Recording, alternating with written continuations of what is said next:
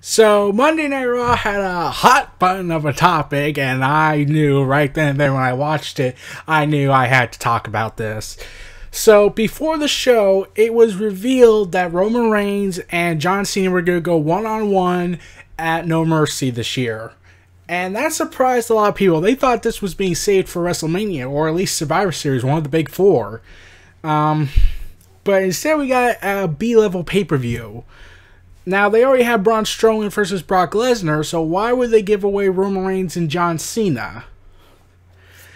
And then a report came out that WWE came up with the idea to do John Cena versus Roman Reigns 4 hours before the show even started.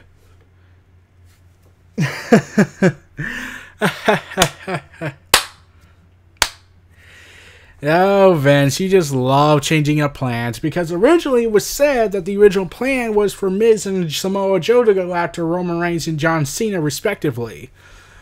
But clearly that's not the case. Miz is scheduled to either go after Jeff Hardy or Jason Jordan. Like, Jeff Hardy is going to fight Miz next week on Raw, but we don't know if the feud will continue. And now Samoa Joe's injured.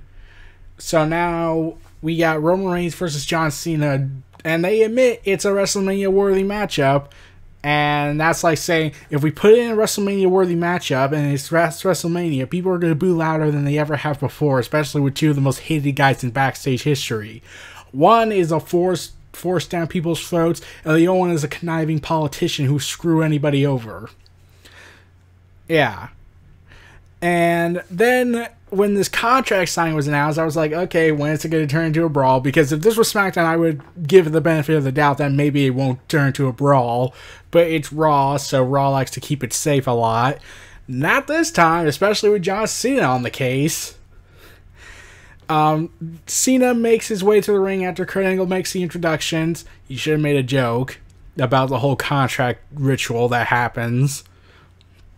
And Cena calls out Roman Reigns and then says Roman Reigns will not sign the contract because he doesn't want to fight Cena. Oh boy, here we go.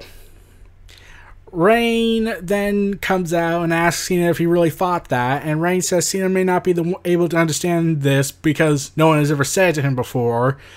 You aren't as big of a deal as you think you are. And Roman Reigns goes in and lists the one accolade Cena never got the chance to do. Retire The Undertaker at WrestleMania. And Reigns says maybe it's not because of that he doesn't want to fight Cena, maybe because he just doesn't need to. And then Cena does the excuse of humorous to destroy anything serious, and I'm waiting for it to kick into high gear. Yeah. And then Cena says he knows Reigns is the big dog, and everyone in the back knows it. Out in the arena, not so much. They're still trying to figure that out. And then John Cena says he knows he's a polarizing character, and that there are some who boo, some who cheer him, some want him to change his character, and they even say maybe a little heel turn. And I'm like, okay, now this just got interesting. Now they're saying backstage stuff or internet stuff. Okay, how much does Cena beg Vince to say that?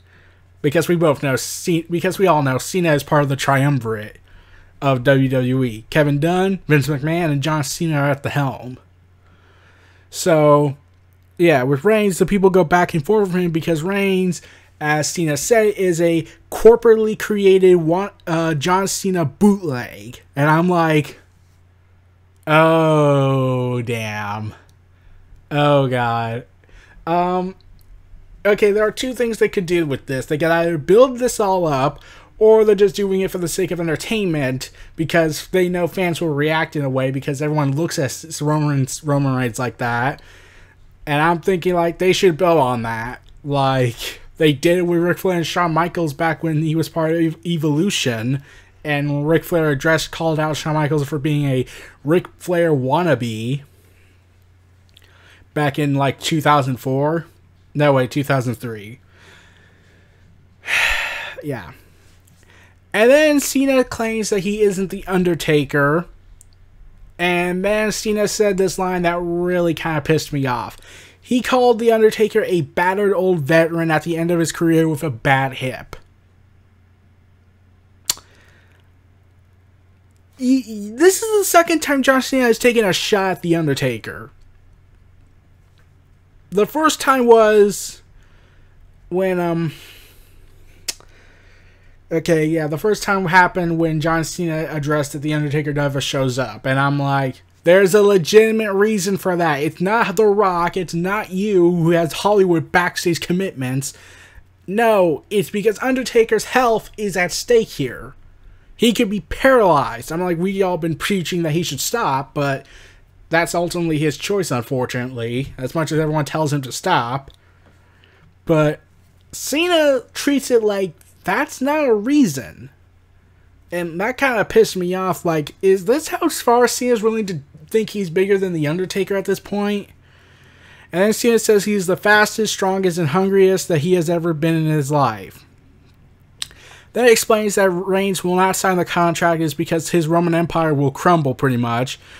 And Cena says, and then Reigns says, oh, he's doing it again, everybody.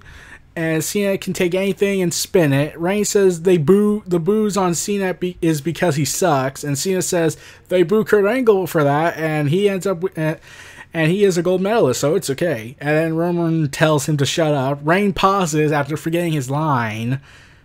Not helping your case here, man. Cena tells Reigns to take his time and find it. Yeah, it was a wow factor. Roman starts to laugh, and Cena tells Reigns that this is what they call a promo, and if Reigns wants to be the big dog, he's going to have to learn how to do one. Are you certain this was not scripted? Because there is no earthly idea they would let Cena get away with. They would let Cena really write that. Let them write this for Cena. So, yeah, Roman is starting to get a little pissed off. He starts to laugh a little bit. And Reigns says the crowd boos Cena because they see right through him, that he's a phony yes man. And then he says, when you wrap it all up, you're a fake bitch. Not only that, Cena is a part-timing fake ass bitch. Reigns will be damned if he busts his ass every week just so Cena can show up on the Today Show.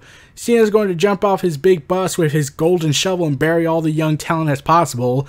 The reason Cena doesn't like Reigns is because he can't bury him, which is kinda true. Like, Cena claims that Roman has been protected by the management, and Cena doesn't need protection. So what's stopping them from thinking Cena needs to be stopped for Reigns' sake? And then Reigns says Reigns is the one guy Cena can't see, and why would Reigns want to be the next John Cena when he could be the one and only Roman Reigns? And then he said this. Then Cena goes ahead. Whenever someone does the whole, we're calling you out on your BS and the fact that you're not this great man that everyone thinks you are because the media likes to lie about it, he has to go ahead and make the excuse that, oh, you're just making the same excuse that every single wrestler said. Except, here's the big difference with this. Roman is not from the indies. He's a homegrown talent. If he feels that way, then wouldn't that mean the rest of the talented wrestlers who were homegrown in WWE most likely think the same thing? The Nexus is a prime example, even though some of them were from the independent scene. But moving on. Cena tells Reigns that he is stupid. Not surprised by that. Reigns walked out here and used the same excuse everyone else does. And then he just said this. It took Reigns 5 years to cut a decent promo, but now he is going to break Reigns down. And all I'm thinking is, yeah, this is the burial moment. He's going to bury Reigns on the mic. Cena says he doesn't have a shovel. The fans control what happens here, and I'm calling BS immediately on that because, one, Cena does control certain aspects. And two, if the fans controlled what happened on the show, Roman wouldn't be shoved down people's throats. He would have been pushed organically. Let's see. Jinder Mahal probably would never have been WWE champion. Bray Wyatt would still be champion. Undertaker would have retired years ago after WrestleMania 30, or at least until he put over Bray Wyatt in a passing of the torch match. Dolph Ziggler would be main eventing shows. Sami Zayn would be being pushed to the world title contention. There's just so much people can say that this is what they want, but John Cena likes to spin it in a way to make it look like they're in control, and they're saying, oh, this is all your fault. And then he goes on to list saying that he hasn't main evented WrestleMania in 5 years, and he was the opening match at SummerSlam. Okay. That's a legitimate statement. Now, let's see. The last time he main evented a pay-per-view at WrestleMania, CM Punk wanted to main event the show and actually be beaten and lose in a triple threat match, be eliminated first after like 5 minutes, so then he could write WrestleMania off his checklist. Cena didn't want that to happen. They said, we gotta do this twice in a lifetime thing. And even CM Punk said that was the stupidest idea you could ever come up with. Okay, and what happened in between the 5 years Cena hasn't main evented at WrestleMania? Okay. He buried the Wyatt family 3 times. Let's see. He buried Rusev next. Okay. He buried the Wyatt family again, and he wasn't even on that. And he wasn't even wrestling that night. Oh boy. Let's see. What did he do in the the 5th year, I think? Let's see. He fought... I'm trying to remember who he fought, because I'm kind of, at this point, don't care. Oh, yeah, that's right. He was, fighting The Miz. And then he screwed him over. So, yeah, Cena, you may have not main evented, but you screwed people over. So, shouldn't that be kind of pointless? And the opening match at SummerSlam, it was reported that you were the kiss of death for Baron Corbin's career. You told Vince, oh, I don't think he's ready. And they just buy it. So, yeah, that was my major problem. I ranted about this online. I didn't make a video about it because I felt like it was now time to talk about it. But Cena buried Baron Corbin with one suggestion, saying he's not ready. Okay, here's the thing I'm going to say. If Cena did not have any form of power in WWE, then what gives him the right to say that? I'm waiting. Yeah. If Cena did not have this so-called power he holds in WWE like he denies, why would he have the audacity to say that about another wrestler? It should be up to management to determine whether or not that guy is ready. But no, apparently Cena is the be-all, end-all. Even though Cena was in that same position as Baron Corbin at one point. So, and ideally, this is kind of Cena's fault regarding all this rush to main roster to main event status, because because every organic star that got built up was torn down by Cena and Randy Orton when they ran roughshod over WWE. Triple H didn't help matters either. Muhammad Hassan was a completely different story. So, then, yeah, and then Cena says if Reigns wants to blame him, he says fine, and Cena blames Reigns. The reason Cena is still here is because Reigns can't do his job, and Reigns should be ashamed that Cena is a part-timer, because Cena can do this better part-time than Reigns could ever do it full-time. Yeah, also the US Open Challenge thing, yeah, you put over Kevin Owens, that's true, but then you screwed him over at the Battleground pay-per-view, which I've ranted about before. Let's see. AJ Styles was never part of the US Open Challenge, so you can't use that excuse. Let's see. You got injured at SummerSlam 2013, and you gave the belt to Bryan, as you publicly had said, against Stephanie McMahon on a promo. So you clearly were never going to put him over had it been the different and you not gotten injured. So there's that doubt. So, yeah, Reigns signs the contract and throws the table across the ring, and of course Luke Gallows and Carl Anderson come out and blah blah blah blah, move on for the tag team match, and Reigns and Cena win. Now, there's so much hypocrisy in John Cena's statement. In fact, Roman Reigns did as best as he could here, but he's not good on the mic. It's been clearly established. But the fact that they expected Cena to go ahead and top for Reigns to top the establishment, and John Cena to just bury that guy on the microphone. Yeah, that's a big problem in today's WWE. Whenever a wrestler points out the obvious problem here, and it's John Cena directly because he's overstaying his welcome and abusing all the privileges he's gotten, John Cena just says, "Oh, I didn't do anything wrong. I'm right, you're wrong, and you are not better than me because I'm better than all of you." Like, the only people that could really match him on the microphone or even be better than him on the microphone is CM Punk. Let's see. Daniel Bryan would have fan support, but he wasn't that much good of a talker. Triple H. Let's see. Like I said, CM Punk, Triple H, The Miz, and yeah, that's pretty much it. Oh, and The Rock. And Paul Heyman. Have you noticed something about that, what I just said? Okay, let's see. The Miz is a full-time guy. The Rock, Triple H, Paul Heyman, and CM Punk, well, not CM Punk, are all part-time employees. The Rock shows up only when WWE wants him to, or when Hollywood allows it. Triple H shows up every WrestleMania season. And CM Punk's retired. Paul Heyman's a manager, or an advocate. So Miz is the only other guy that could hang with John Cena. Roman Reigns can't on the microphone. Like, Roman Reigns did as best as he could, but, like, if this was a physical fight, then I'm pretty sure Roman Reigns would have a chance. But, yeah, I was expecting more out of Reigns. Like, he could have countered with, "Oh, so, like how you helped the Nexus and Baron Corbin?" Because I'm pretty sure we all know how their careers are going. Because that would have really called out Cena's Nexus burial.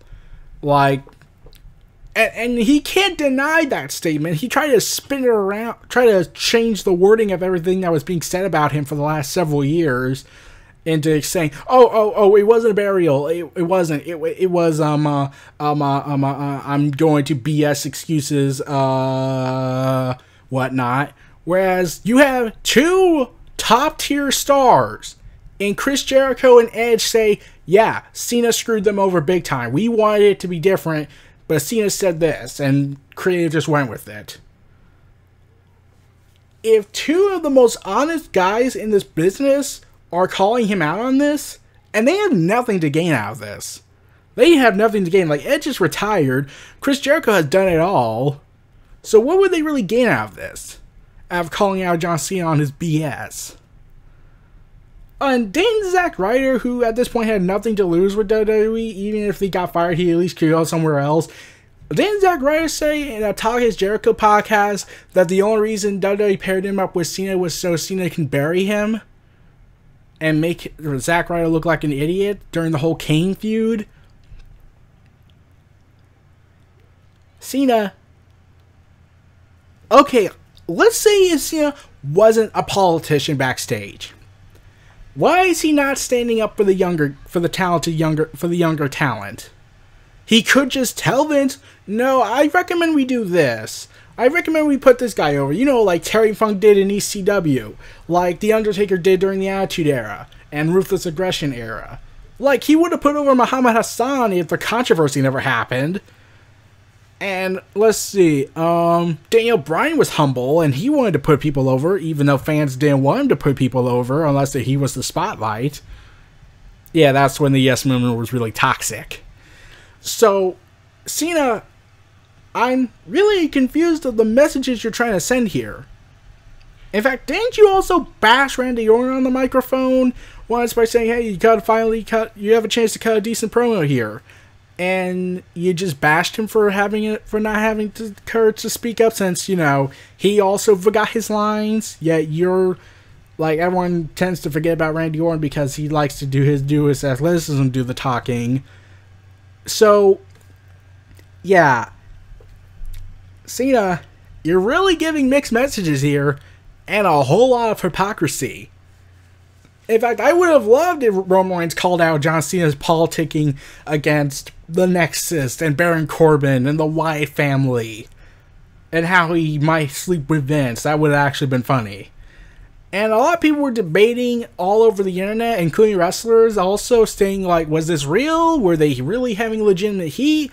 Or, you know, Roman Reigns could have also called him a Rock wannabe or Hulk Hogan wannabe, because Hulk Hogan screwed people over back in WCW, and The Rock is a part-time Hollywood star who rarely shows up in WWE. So, really, they could have done that. I'm hoping that we get some more personal vendettas against one another in the coming weeks during the build-up to No Mercy, because this will be interesting. Like, I was one of the few that, while I knew it was WrestleMania worthy, I didn't want this feud to happen because I felt like, yeah, with the exception of them allowed to shoot from the hip, what else could they technically do on the microphone?